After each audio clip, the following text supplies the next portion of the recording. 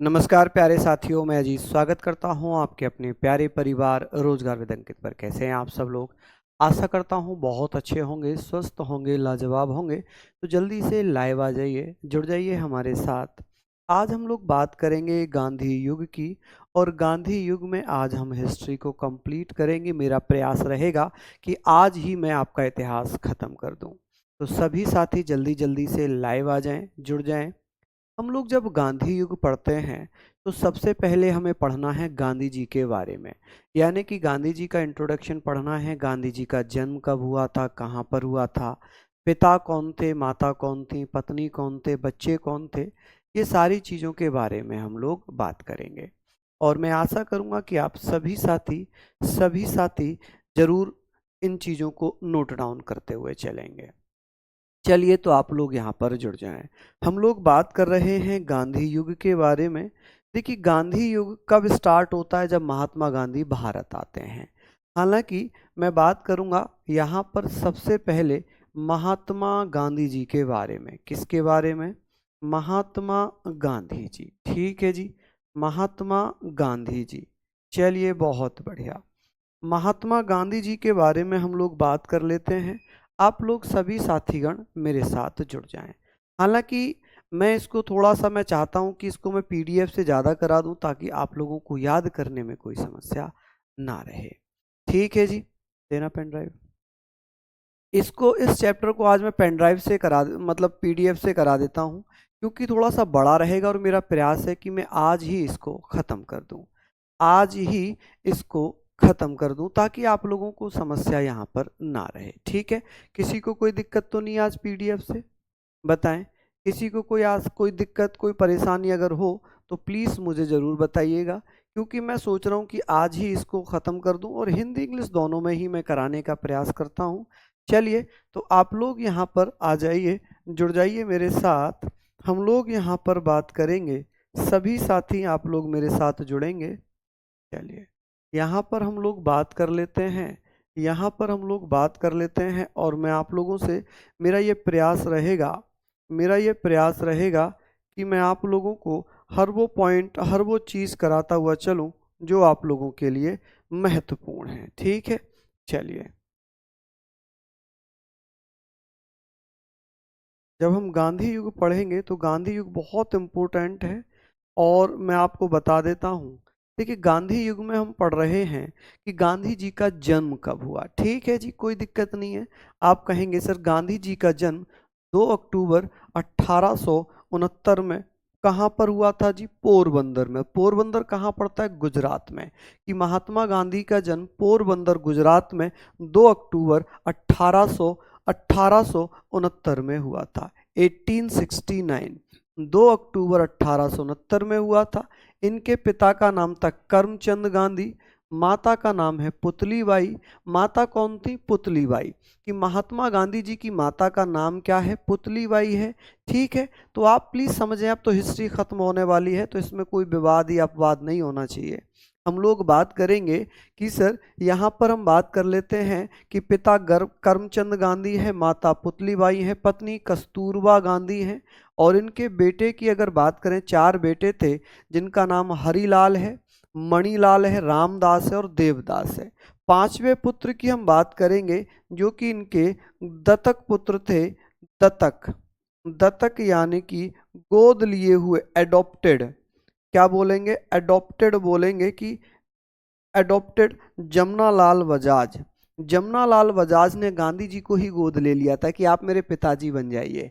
ठीक है, हालांकि 5वें पुत्र के रूप में जाना जाता है, 5वें पुत्र के रूप में जाना जाता है जमनालाल बजाज को। किसको जी? जमनालाल बजाज को। तो हम बात करेंगे, महात्मा गांधी जी का जन्म 2 अक्टूबर 1869 में पोरबंदर गुजरात में हुआ था। इनके पिता करमचंद गांधी थे, माता पुतली बाई थी, पत्नी कस्तूरबा गांधी थी। ठीक है, इनके 4 बेटे थे, हरिलाल, मणिलाल, रामदास और देवदास। इनके 5वें पुत्र जो दत्तक पुत्र है, गोद लिए हुए पुत्र हैं, जिन्हें हम कहते हैं जमनालाल बजाज। अब इनकी शादी, महात्मा गांधी की शादी 1882 में हो गई। महात्मा गांधी की शादी 1882 में कस्तूरबा गांधी के साथ हो जाती है और उसके बाद 1888 में ये लंदन चले जाते हैं पढ़ने के लिए। इसके लिए पढ़ने के लिए चले जाते हैं। अब बात ये आती है कि सर ये बताएं कि भैया 1888 में ये लंदन चले गए थे, किस काम से गए थे? तो आप कहेंगे सर ये पढ़ने के लिए गए थे और वकालत पढ़ने के लिए गए थे। किससे? चलिए किससे गए थे? हम कहेंगे सर ये वकालत करने के लिए, बैरिस्टर बनने के लिए गए थे। ठीक है, वकालत यानी कि बैरिस्टर होता है वकील। बैरिस्टर हम किसे कहते हैं? आप कहेंगे सर वकील को कहते हैं। किसे? वकील को। आप समझना भैया यहाँ पर किसे कहेंगे, आप बताइएगा कि वकील को कहते हैं। किसे कहते हैं? वकील को। समझ रहे हैं आप लोग कि भैया लंदन पढ़ने चले गए थे बैरिस्टर बनने के लिए, वकील बनने के लिए।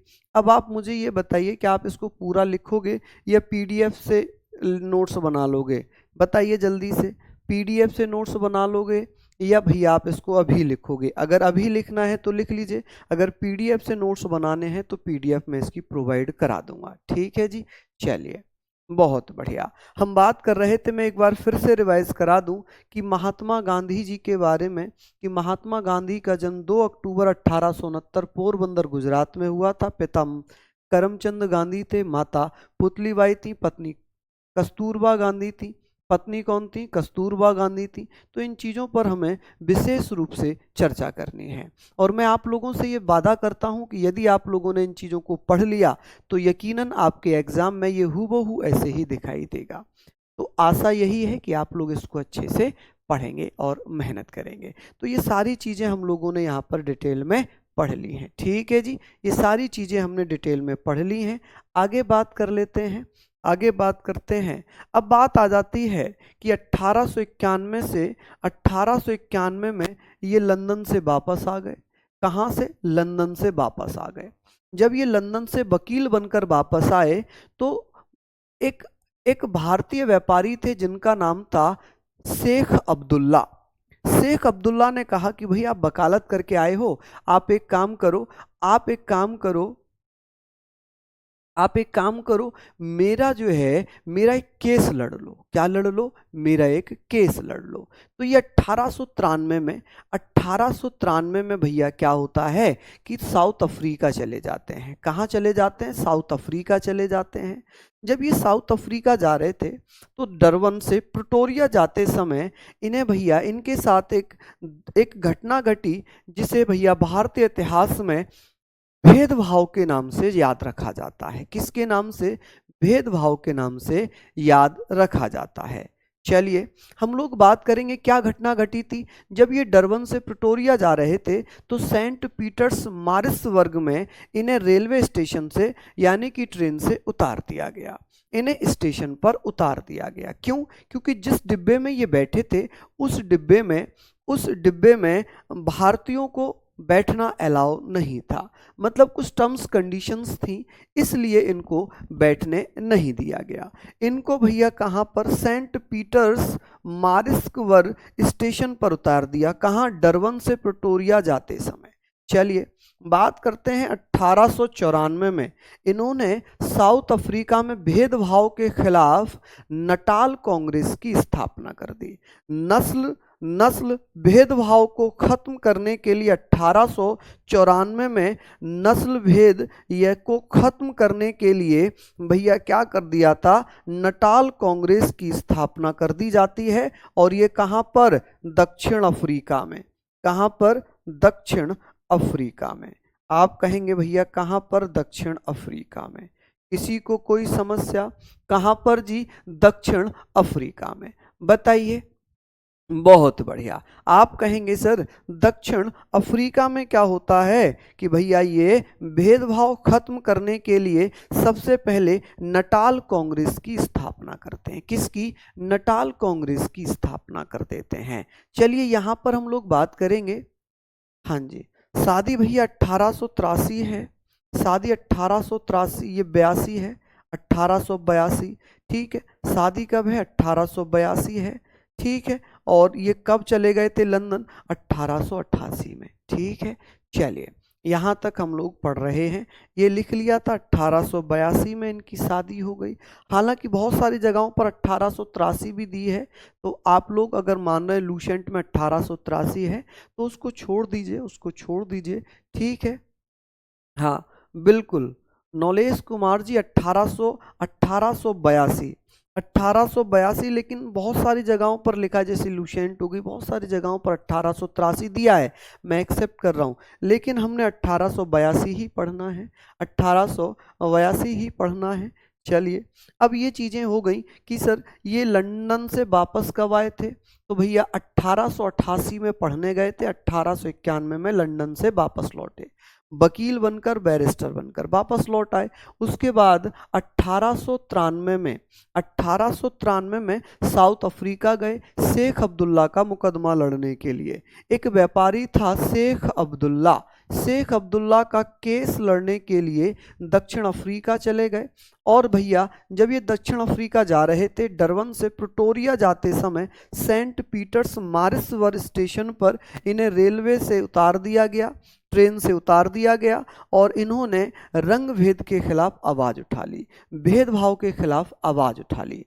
जब आवाज़ उठा ली तो आप कहेंगे सर 1894 में इन्होंने नटाल कांग्रेस की स्थापना दक्षिण अफ्रीका में कर दी। ठीक है जी, कहाँ पर? दक्षिण अफ्रीका में कर दी। 1882 दिया अंकित कुमार जी, 1882 दिया एनसीईआरटी में।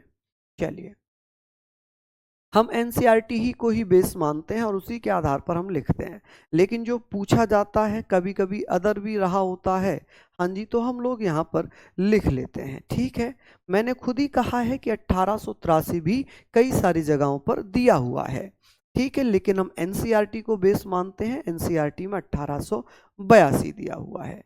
चलिए, लिख लिया होगा आप लोगों ने, जरा थम कर दें कि आप लोगों ने लिखा या नहीं लिखा। हाँ जी, बहुत बढ़िया, शानदार, लाजवाब। अब यहाँ तक हम लोग इसको पढ़ेंगे। लिख लिया, इतना समय तो आपको नहीं लगना चाहिए था कि इतना समय आपको यहाँ पर लग रहा है। चलिए आगे बात करते हैं। उसके बाद क्या होता है कि महात्मा गांधी 1904 में फिनिक्स आश्रम की स्थापना करते हैं। किसकी? आप कहेंगे सर फिनिक्स आश्रम की स्थापना की जाती है कि महात्मा गांधी जी के द्वारा फिनिक्स आश्रम की स्थापना की और यहीं से इंडियन ओपिनियन अखबार चलाया। महात्मा गांधी ने अपना पहला आश्रम कहाँ पर स्थापित किया था? कि महात्मा गांधी जी के द्वारा अपना पहला आश्रम फिनिक्स आश्रम के नाम से स्थापित किया था, साउथ अफ्रीका में। कहाँ पर? साउथ अफ्रीका में। ठीक है जी, कहाँ पर? साउथ अफ्रीका में। और यहीं से इंडियन ओपिनियन एक अखबार, इंडियन ओपिनियन न्यूज़पेपर पब्लिश्ड किया। कि सर इंडियन ओपिनियन अखबार कौन से आश्रम से प्रकाशित किया गया? तो आप कहेंगे फिनिक्स आश्रम से। फिनिक्स आश्रम की स्थापना कहाँ पर की गई थी? आप कहेंगे सर साउथ अफ्रीका में। कहाँ पर? आप कहेंगे सर ये कहाँ पर स्थापित किया गया था? दक्षिण अफ्रीका में। कहाँ पर? दक्षिण अफ्रीका में। कहाँ पर जी? दक्षिण अफ्रीका में। चलिए, अब बात करते हैं महात्मा गांधी भारत कब आए। महात्मा गांधी भारत कब आए? 9 जनवरी 1915 को गांधी जी अफ्रीका से भारत लौट आए। दो प्रकार से प्रश्न पूछा जाता है। ब्रिटेन से भारत कब आए थे? 1891 में, 1891 में। गए कब थे ब्रिटेन? 1888 में। 1888 में गए थे, 1891 में, यानी कि कितने साल? 3 साल बाद वापस लौट आए। अब साउथ अफ्रीका कब गए? 1893 में, 1893 में। भारत कब आए? 1915 में। ठीक है, 1915 में भारत आ गए। अब प्रथम विश्व युद्ध में लोगों को भर्ती कराने वाला सार्जेंट कहा गया। महात्मा गांधी को प्रथम विश्व युद्ध में लोगों को भर्ती करने वाला सार्जेंट कहा गया। क्यों? जब महात्मा गांधी भारत लौटे उस समय प्रथम विश्व युद्ध चल रहा था। क्या चल रहा था? प्रथम विश्व युद्ध चल रहा था। और इस विश्व युद्ध की अगर मैं बात करूं प्रथम विश्व युद्ध चल रहा था, तो अंग्रेजों ने कहा कि आप हमारा साथ दीजिए, हम आपको आज़ाद करेंगे। महात्मा गांधी ने कहा कि भाई ठीक है, अंग्रेजों का साथ देते हैं। तो महात्मा गांधी ने भारत के लोगों से कहा, भारतीयों से कहा कि आप ब्रिटिश आर्मी ज्वाइन कर लीजिए। लेकिन महात्मा गांधी को शायद सिचुएशन की जानकारी नहीं रही होगी, जिस कारण महात्मा गांधी ने भारत के लोगों को कहा कि आप ब्रिटिश आर्मी ज्वाइन कर लीजिए, क्योंकि महात्मा गांधी को यह था कि भारत के लोगों को अंग्रेज आज़ाद कर देंगे, क्योंकि जैसे अंग्रेजों ने वादा किया है। चलिए, अब हुआ ये कि हम बात कर रहे हैं कि भैया भारत के लोगों ने कहा कि ये जो गांधी जी आए हैं, ये तो अंग्रेजों के ही प्रतिनिधि हैं, ये तो रिप्रेजेंटेटिव ऑफ ब्रिटिशर हैं, ये तो अंग्रेजों के प्रतिनिधि के रूप में काम कर रहे हैं। भारत के लोगों से कह रहे हैं कि आप सेना में भर्ती हो जाइए, सेना में भर्ती हो जाइए। तो भैया हुआ ये कि भारत के लोगों ने गुस्से में आकर गांधी जी को अंग्रेजी सेना में भर्ती करने वाला सार्जेंट कहा। क्या कहा? सार्जेंट कहा। और जब अंग्रेज खुश हो रहे थे, क्योंकि गांधी जी समर्थन कर रहे थे अंग्रेजों का, तो अंग्रेजों ने गांधी जी को केसर ए हिंद की उपाधि दे दी कि भैया केसर ए हिंद की उपाधि 1915 में किसके द्वारा दी जाती है? अंग्रेजों के द्वारा दी जाती है। किसके द्वारा? अंग्रेजों के द्वारा। तो आप कहेंगे सर, गांधी जी को अंग्रेजों द्वारा केसर ए हिंद की उपाधि दी गई थी। और ये उपाधि कब लौटा दी थी गांधी जी ने? जब भैया जलियांवाला बाग हत्याकांड हुआ था। सर सैड रहो थोड़ा, साइड रहो थोड़ा। ओके, पता नहीं क्या सैड लिखा है इन्होंने। चलिए, हम लोग बात कर रहे हैं कि सर केसर ए हिंद की उपाधि किसके द्वारा महात्मा गांधी को दी गई थी? अंग्रेजों के द्वारा दी गई थी। अब बात आती है, गांधी जी के राजनीतिक गुरु कौन थे? गोपाल कृष्ण गोखले। गोपाल कृष्ण गोखले किसके राजनीतिक गुरु थे? तो गांधी जी के। अच्छा, आध्यात्मिक गुरु कौन थे गांधी जी के? रायचंद। कौन? रायचंद। स्पिरिचुअल गुरु रायचंद थे। अब यहाँ पर 9 जनवरी को भारत में किस रूप में मनाया गया था? आप कहेंगे प्रवासी भारतीय दिवस के रूप में। प्रवासी भारतीय दिवस के रूप में। आप कहेंगे प्रवासी भारतीय दिवस के रूप में मनाया गया। क्या किया गया? प्रवासी भारतीय दिवस के रूप में 9 जनवरी को मनाया जाता है। चलिए,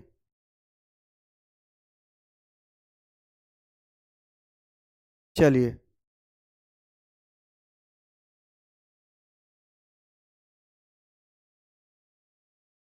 चलिए, बहुत बढ़िया, शानदार, लाजवाब। विजय जी, आपकी स्टार्टिंग से यही समस्या रही है। मैं तो क्या, भगवान भी शायद आपको शांत नहीं कर पाएगा। चलिए, हम लोग यहाँ से पढ़ते हैं। कभी भी अपने अंदर झांक कर देखना चाहिए, अपने अंदर झांक कर देखना चाहिए कि मेरे अंदर कहाँ कमी है, मैं कहाँ पर अपने अंदर सुधार कर सकता हूँ। ठीक है, हमेशा यही नहीं कि टीचर पे ब्लेम करते रहो, टीचर पे, क्योंकि मैं स्टार्टिंग से, जब फर्स्ट डे से मेरी क्लास चली है, आप तब से ही मेरे विरोध में रहे हैं, और मुझे इससे भी कोई फर्क नहीं पड़ता। ठीक है, क्योंकि मेरा काम है आपको पढ़ाना, समझाना। अब बहुत सारे बच्चों को समझ में आ रहा है, तो जाहिर सी बात है, कहीं ना कहीं विजय जी आपके अंदर कमी है। उस कमी को ढूंढिए, बकायदा अपने अंदर कमियां ढूंढने के, आप दूसरों में कमियां ढूंढ रहे हैं, जो कि एक सबसे बड़ी, मैं कह सकता हूं आज की डेट में सबसे बड़ी गलती होती है कि हम दूसरों में कमियां ढूंढते हैं। आपको खुद पढ़ना है, मेहनत करनी है। टीचर पढ़ा सकता है, बता सकता है, आपको खुद से करना है। बाकी तो मैं समझ रहा हूँ स्टार्टिंग से ही आपको प्रॉब्लम रही है मुझसे। ठीक है, तो आप अगेंस्ट जाएं, कोई सी भी करें, वो आपका पर्सनल ओपिनियन हो सकता है, इसमें कोई दिक्कत वाली बात नहीं है, आपका पॉइंट ऑफ व्यू है, इसमें मैं आपको कुछ भी नहीं बोलूँगा। ठीक है, आप यहाँ पर लिखना, आप पढ़ें ना पढ़ें, ये आपका पॉइंट ऑफ व्यू है, आपकी खुद की स्वतंत्रता है, इसमें मेरा कोई भी ओपिनियन नहीं है। आपको नहीं पढ़ना है मत पढ़ो, आपको पढ़ना है पढ़ो। ठीक है, इसमें ना तो मेरा कोई स्वार्थ है कि आपकी नौकरी लगेगी, आप सैलरी मेरे घर में लाके दे दोगे, नहीं। हाँ, याद करने का तरीका मैं बता सकता हूँ, पढ़ना, सिर्फ और सिर्फ पढ़ना, और कोई भी तरीका पढ़ने का नहीं है। ठीक है जी, चलिए हम लोग यहाँ पर बात कर लेते हैं। ये सारी चीज़ें आप लोगों ने पढ़ ली होंगी। मैंने समय भी दे रहा हूँ, बहुत 5 मिनट का समय दे रहा हूँ यहाँ पर, तो मुझे लगता है 5 मिनट एक सफिशियंट टाइम होता है। 1 2 3 4 5 लाइन है, और 5 लाइन भी पूरी नहीं है, तो इनको आप लोग लिख सकते हैं। ठीक है जी।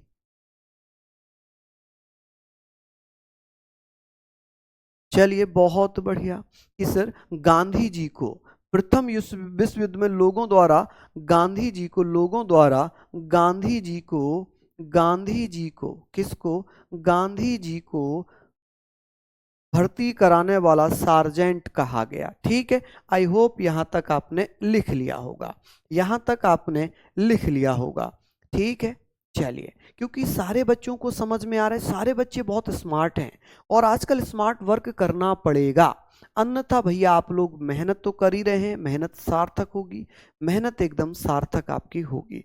चलिए यहां तक लिख लिया।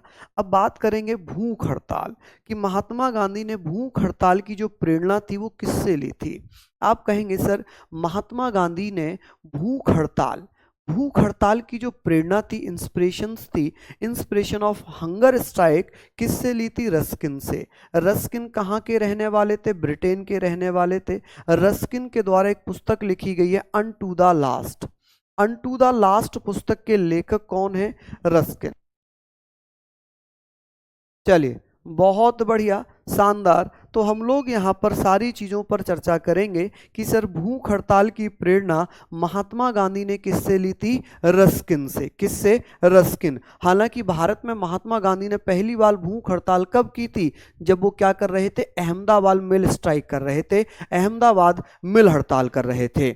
चलिए यहां पर हम लोग बात करते हैं कि सर महात्मा गांधी ने आंदोलन की प्रेरणा कहां से ली? Inspiration for movement. आप कहेंगे लियो टॉलस्टॉय से। लियो टॉलस्टॉय से। ठीक है, लियो टॉलस्टॉय से। चलिए हम लोग बात करते हैं पुस्तकों के बारे में। हम बात करते हैं कि लियो टॉलस्टॉय की पुस्तकें कौन सी हैं? वॉर है, वॉर एंड पीस है, अन्ना कैरीना है। क्या है? अन्ना कैरीना। ये किसकी पुस्तकें हैं? लियो टॉलस्टॉय की। लियो टॉलस्टॉय की पुस्तकें कौन कौन सी होंगी? आप कहेंगे war and peace, war and peace, Anna Karenina. ये दो महत्वपूर्ण पुस्तकें किसकी हैं? लियो टॉलस्टॉय की। लियो टॉलस्टॉय से महात्मा गांधी ने किसकी प्रेरणा ली थी? आंदोलन की प्रेरणा ली थी। भूख हड़ताल की प्रेरणा किससे ली थी? रस्किन से ली थी। अब 1915 में कोचरब गुजरात में गांधी जी ने प्रथम आश्रम बनाया था। कि गांधी जी ने प्रथम आश्रम की स्थापना कहां पर की थी? प्रथम आश्रम की स्थापना कहां पर कर दी जी? स्थापना आप कहेंगे महात्मा गांधी ने अपना पहला आश्रम कोचरब गुजरात में बनाया था। उसके बाद उन्होंने 1917 में साबरमती आश्रम की स्थापना की, जिसमें पैसा अंबालाल साराभाई के द्वारा लगाया गया। कि भैया उनके ही एक अनुयायी, उनके ही एक मित्र थे जिनका नाम है अम्बालाल साराभाई। अंबालाल साराभाई के द्वारा पैसा रुपया लगाया गया साबरमती आश्रम को बनाने में। कि साबरमती आश्रम बनाने में जो रुपया लगा था वो गांधी जी ने लगाया था या उनके किसी अनुयायी ने, किसी फॉलोअर ने लगाया था? तो आप कहेंगे अंबालाल साराभाई के द्वारा साबरमती आश्रम बनाया गया था। ठीक है जी। कोचरब एक जगह पड़ती है, कोचरब एक स्थान है गुजरात में, जहां पर महात्मा गांधी ने अपना पहला आश्रम, जिसे कोचरब आश्रम के नाम से जानते हैं, महात्मा गांधी ने अपना पहला कोचरब आश्रम कोचरब गुजरात में बनाया था, अहमदाबाद के निकट।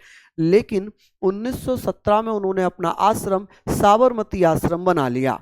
क्या कर लिया? साबरमती आश्रम बना लिया। चलिए यहां तक आप लोग लिख लीजिए। ठीक है भैया अभिषेक, आपने लिख लिया। चलिए बहुत बढ़िया, यहाँ तक हम लोग बात करेंगे, सारी चीज़ों के बारे में हम लोग पढ़ रहे हैं। चलिए बहुत बढ़िया अनूप जी, धन्यवाद, समन शानदार। हाँ जी बहुत बढ़िया, ऐसे ही मेहनत करते रहिए। हम बात कर लेते हैं, यहाँ तक आप लोगों ने सारी चीज़ें पढ़ ली हैं। नोट ज़रूर बताना आपने लिख लिया हो तो, है ना, क्योंकि मैं लिखने का भरपूर समय दे रहा हूँ। 3 लाइनें हैं कुल मिलाकर ये, कि भूख हड़ताल की प्रेरणा गांधी जी ने रस्किन से ली। रस्किन की एक पुस्तक है अनटू द लास्ट। आंदोलन की प्रेरणा गांधी जी ने लियो टॉलस्टॉय से ली थी, और इनकी पुस्तकें war and peace, Anna carina.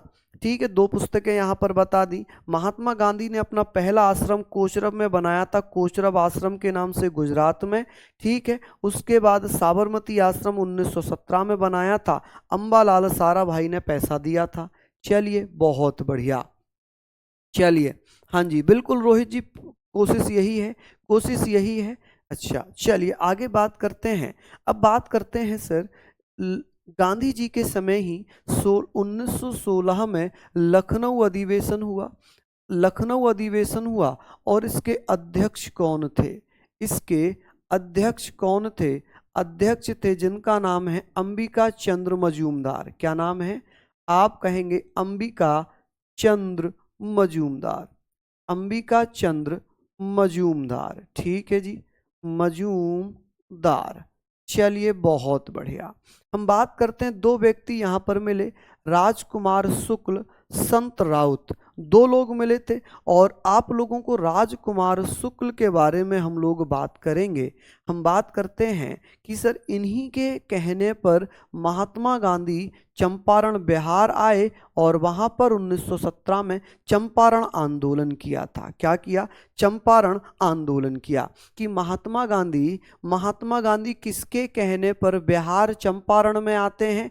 आप कहेंगे सर राजकुमार शुक्ल के कहने पर महात्मा गांधी भारत आ गए या चंपारण में आ गए। तो आप कहेंगे चंपारण में आ गए।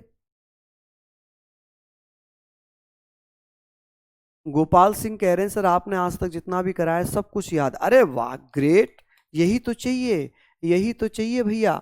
हाँ, और आप लोगों के लिए मैं मैराथन करा रहा हूँ संडे में मॉडर्न हिस्ट्री की, और वो पूरी डिटेल में होगी। जो चीज़ें आपके बैच में नहीं हुई होंगी वो चीज़ें भी उस मैराथन में आपको मिलेंगी। हालांकि वो मैराथन भी मैं आपके इस पेड आपके बैच में डलवा दूंगा, मैं आपके बैच में डलवा ही दूंगा। रिकॉर्डेड फॉर्म में वो मैराथन आपके बैच में डलेगी। लाइव अगर लेनी है तो संडे में सुबह 9 बजे, संडे में सुबह 9 बजे आपकी मैराथन है पूरी कंप्लीट मॉडर्न हिस्ट्री की। हर वो पॉइंट जो आपके एग्जाम ओरिएंटेड होंगे, हालांकि बड़े लेवल पे वो मैराथन रहेगी क्योंकि जीडी में इतना ज़्यादा डिटेल नहीं आता, लेकिन फिर भी आप केवल जीडी तक तो सीमित नहीं होंगे। आप एसएससी सीजीएल में भी जाएंगे, सीपीओ में भी जाएंगे, यूपीएसआई में भी जाएंगे, दिल्ली सीपीओ दिल्ली एसआई में भी जाएंगे, दिल्ली पुलिस में भी जाएंगे, आप यूपी ट्रिपल एससी में भी जाएंगे। ठीक है, तो वो मैराथन आपके सभी एग्जाम को कवर करेगी। ठीक है, ये मैं भरोसा दे दूं कि आपने यदि संडे में परसों मैराथन ले ली तो आपका बेड़ा पार हो जाएगा। ठीक है जी, चलिए हम लोग बात कर लेते हैं। अब बात आती है कि सर चंपारण का हीरो किसे कहा जाता है?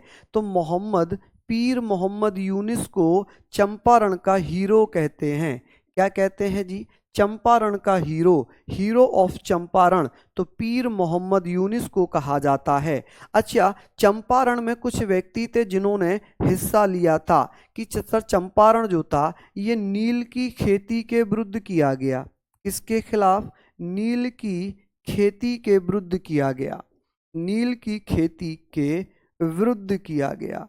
क्या किया गया? विरुद्ध किया गया। चलिए, यहाँ पर तीन कठिया प्रथा चल रही थी, यानी कि 3 गठे भूमि पर कंपलसरी नील की खेती की जाती थी। नील की खेती की जाती थी। सुभाष जी धन्यवाद। हम लोग बात कर रहे हैं यहाँ पर हमने पढ़ना है। ठीक है जी, चलिए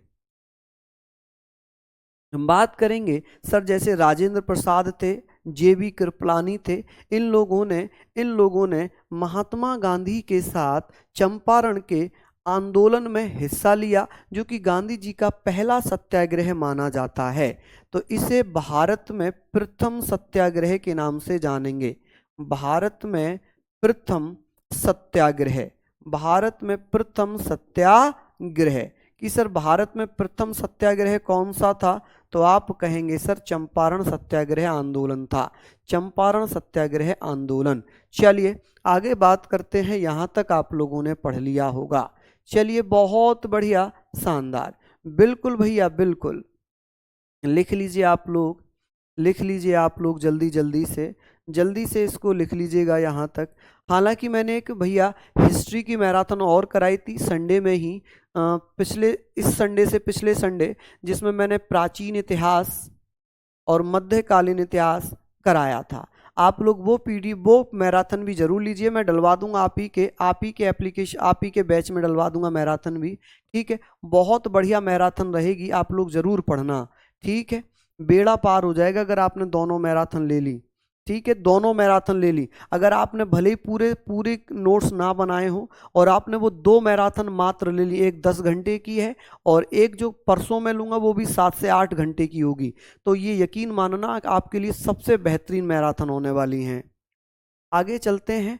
अब बात करेंगे सर, डॉक्टर राजेंद्र प्रसाद थे, जेवी कृपलानी थे, ब्रज किशोर प्रसाद थे, ब्रज किशोर प्रसाद थे, नारायण सिन्हा थे, रामनाथी प्रसाद थे। ठीक है जी। और इसी दौरान क्या किया गया, इसी दौरान क्या किया गया, तिनकठिया प्रणाली को समाप्त कर दिया गया। तिनकठिया प्रणाली मतलब 3 विषय बीघे पर, जैसे कि ये 20 विषय का एक बीघा होता है, 20 विषय का या 20 गट्ठे का एक बीघा होता है, 20 गट्ठे, 20 गट्ठे बोलते हैं जिसे विषय भी कहा जाता है। 20 विषय का एक बीघा होता है, तो इस 20 विषय में 3 विषय पर या भैया 3 गट्ठे पर क्या किया जाता था, नील की खेती करना अनिवार्य होता था, नील की खेती अनिवार्य होता था। तो इसको भैया समाप्त कर दिया गया चंपारण सत्याग्रह आंदोलन के बाद। नील की खेती पर रोक लगा दी गई और बिहार में पहला स्कूल वरवा लखन सेन गांव में बनाया गया था। बिहार में पहला स्कूल आज़ादी के बाद वरहवा लखन सेन गांव में बनाया गया। बिहार में दूसरा स्कूल मधुबन में बनाया गया था।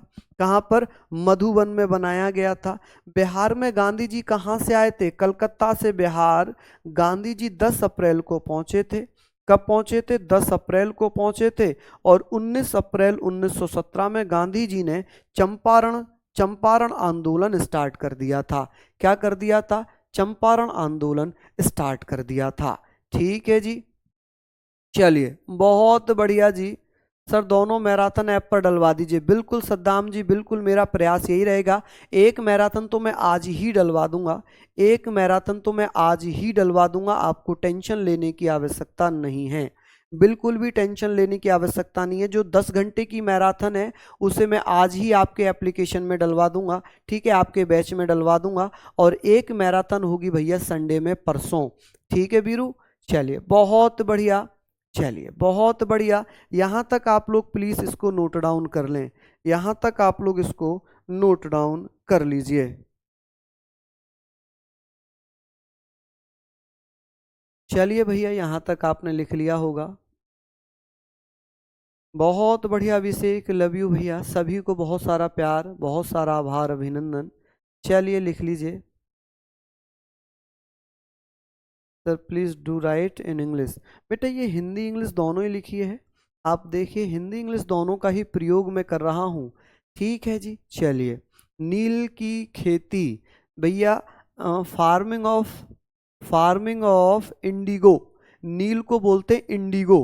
ठीक है, नील की खेती होती है फार्मिंग ऑफ इंडिगो। आप ऐसे लिखेंगे भैया, फार्मिंग ऑफ इंडिगो। ठीक है जी, इंडिगो, नील की खेती, इंडिगो। ठीक है जी, चलिए नेक्स्ट हम लोग यहाँ पर लिख लेते हैं। लिख लिया होगा इतना आप लोगों ने, जल्दी से लिखिए, बहुत बढ़िया। आगे बात आती है, आगे बात आ जाती है भैया, गांधी जी के द्वारा 15 मार्च 1918 में अहमदाबाद मिल मजदूरों के लिए एक हड़ताल की गई थी। और यह हड़ताल प्लेग बीमारी फैली हुई थी इस समय। प्लेग बीमारी, कौन सी बीमारी थी, प्लेग बीमारी फैली थी। और प्लेग बोनस देने का ऐलान अंग्रेजों ने किया था। जो मिल मालिक थे उन्होंने कहा था कि हम प्लेग बोनस आपको देंगे। लेकिन हुआ क्या, अब बोनस की मांग आ रही थी। जो मिल मालिक थे वो 20% बोनस देने पर अड़े हुए थे, जबकि मजदूरों की मांग थी 50% बोनस दिया जाए।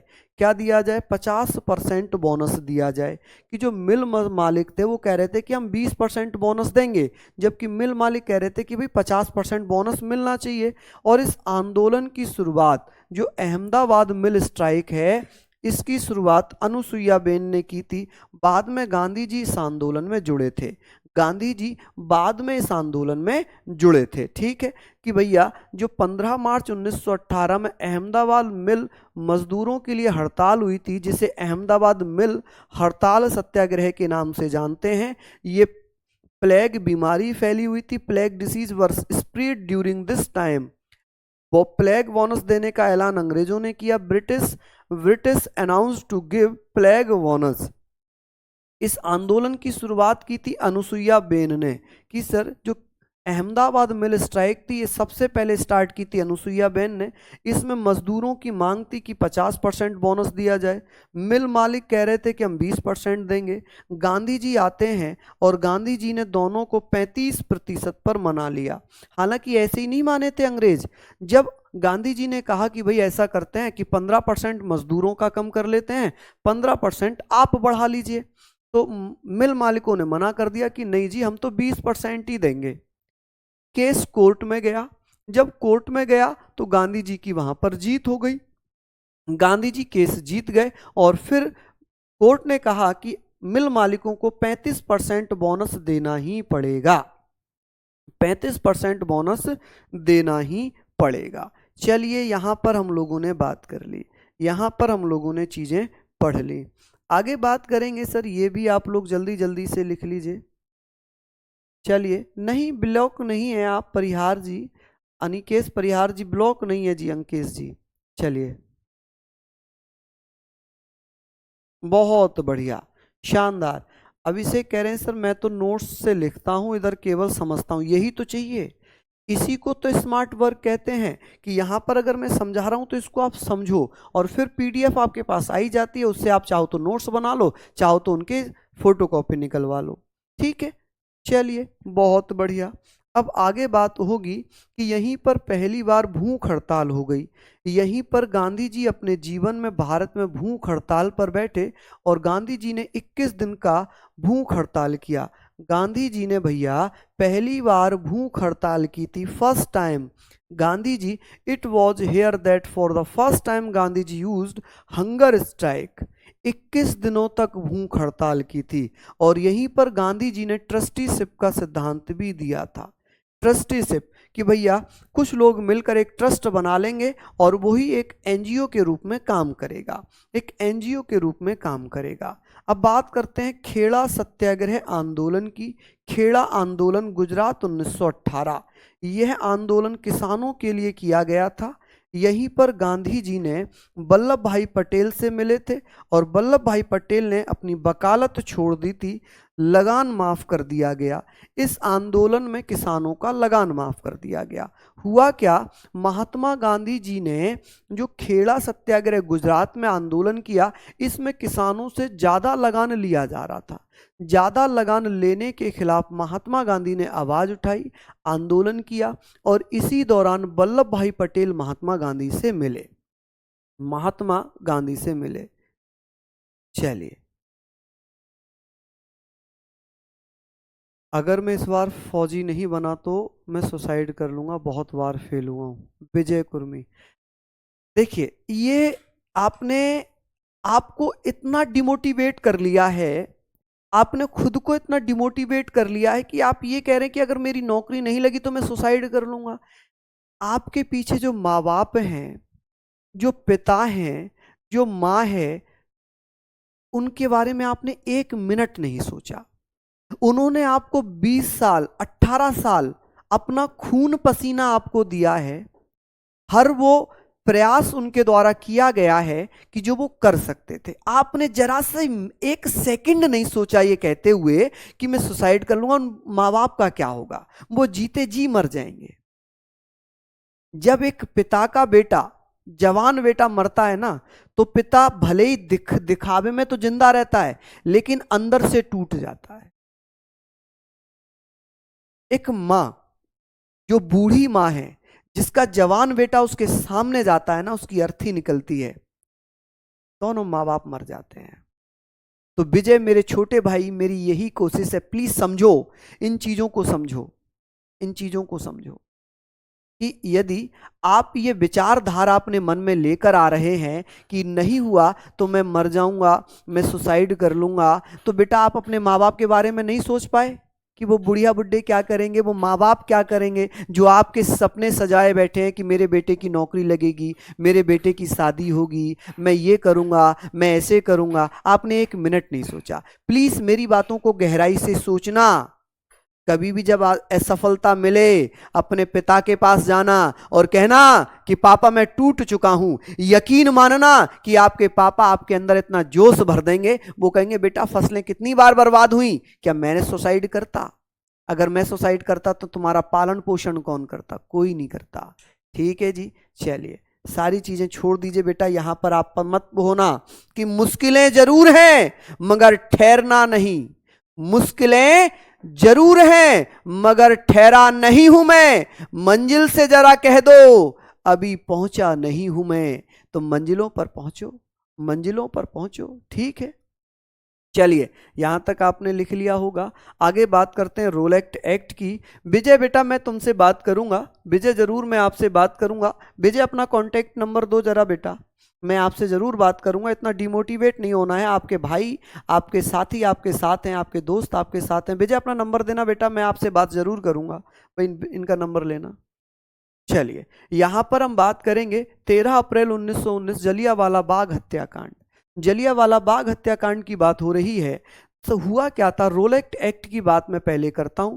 एक ऐसा अधिनियम जिसमें ना कोई अपील ना कोई वकील ना कोई दलील, यहां पर पुलिस उठाती थी, हैप्पी बर्थडे मनाती थी और जेल में डाल देती थी। ठीक है जी, कहां पर? जेल में डाल देती थी। ठीक है, तो भैया उसके विरोध में क्या हुआ था, उसके विरोध में एक जलियांवाले बाग में एक सभा का आयोजन किया गया था। एक सभा का आयोजन किया गया और उस सभा में जनरल डायर ने बिना किसी चेतावनी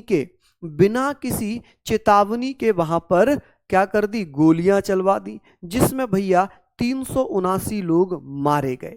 379 लोग मारे गए। ठीक है जी, चलिए बहुत बढ़िया। यहां पर हम लोग बात करेंगे, जमनालाल बजाज ने राय बहादुर की उपाधि वापस कर दी, रविन्द्रनाथ टैगोर ने नाइटहुड की उपाधि लौटा दी, सुब्रमण्यम अय्यर ने सर की उपाधि लौटा दी, महात्मा गांधी ने केसर ए हिंद की उपाधि लौटा दी। क्यों? क्योंकि इसमें हमारे निहत्थे भाइयों पर क्या कर दिया गया था भैया, गोलियां चलवा दी गई थी। क्या करवा दी थी? गोलियां चलवा दी गई थी। पल्लवी कह रही है सर पीछे का छूट गया, लिख लीजिए जल्दी से, मैं साइड हूं, लिख लीजिए प्लीज। चलिए जल्दी से लिख लीजिए इसको। चलिए बहुत बढ़िया, शानदार, ये सारी चीजें आप लोग यहां पर लिख लीजिए।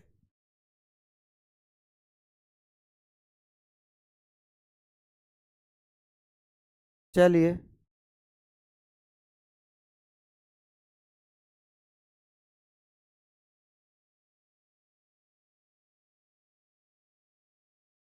चलिए लिख लिया। आगे बात करते हैं कि सर रोल एक्ट सबसे पहले कहां पर लागू हुआ था। तो ये लागू हुआ था जी मार्च 1919 में अमृतसर में। कहां पर? अमृतसर में। कहां पर? अमृतसर पंजाब में लागू हुआ था ये। पंजाब में कहां पर जी? आप कहेंगे सर पंजाब में लागू किया गया। कहां पर? पंजाब में लागू कर दिया। और इसे भैया काला कानून किसने कहा था? काला कानून किसने कहा था? काला कानून गांधी जी द्वारा कहा गया। किसके द्वारा? गांधी जी द्वारा कहा गया, द्वारा कहा गया। चलिए बहुत बढ़िया, यहाँ पर आप लोगों ने ये सारी चीज़ें लिख ली होंगी। ठीक है, आगे बात करते हैं। ये सारी चीज़ें आप लोगों ने लिख ली हैं। चलिए बहुत बढ़िया, आगे हम बात करेंगे। आगे हम बात करेंगे, आज तो नहीं ख़त्म होगा ये, कल ही ख़त्म हो पाएगा, कल ही ख़त्म होगा और मंडे से आपकी पॉलिटी स्टार्ट हो जाएगी। मंडे से आपकी पॉलिटी स्टार्ट हो जाएगी। चलिए आगे बात कर लेते हैं, लिख लिया होगा आप लोगों ने। चलिए इसमें क्या था, जनरल डायर ने, किसने? जनरल डायर ने। जनरल डायर ने भैया क्या किया, डायर ने गोलियां चलवा दी। क्या चलवा दी भैया? गोलियां चलवा दी। जब गोलियां चलवाई, क्या चलवाई जी? गोलियां चलवाई। ठीक है जी, चलवाई। इसमें क्या हुआ, 379 लोग मारे गए। 379 लोग मारे गए, मारे नहीं, हम तो शहीद लिखेंगे क्योंकि हमारे लिए ही शहीद हुए थे, शहीद हुए। ठीक है, कितने लोग शहीद हुए? 379 लोग शहीद हो गए। ठीक है जी, चलिए। और इसके विरोध में गांधी जी ने केसर ए हिंद की उपाधि, सुब्रमण्यम अय्यर ने सर की, रविन्द्रनाथ टैगोर ने नाइटहुड की, जमनालाल बजाज ने राय बहादुर की उपाधि लौटा दी। चलिए यहाँ पर आप लोग लिख लीजिए। चलिए आज यहीं तक करते हैं, यहाँ से आगे कल कंटिन्यू करेंगे। कल आपकी लास्ट क्लास होगी और संडे को आपकी मैराथन होगी पूरी मॉडर्न हिस्ट्री की। मैं बार बार आपको बता रहा हूँ, पूरी मॉडर्न हिस्ट्री की आपकी मैराथन होगी। ठीक है जी, चलिए तो बहुत बहुत धन्यवाद।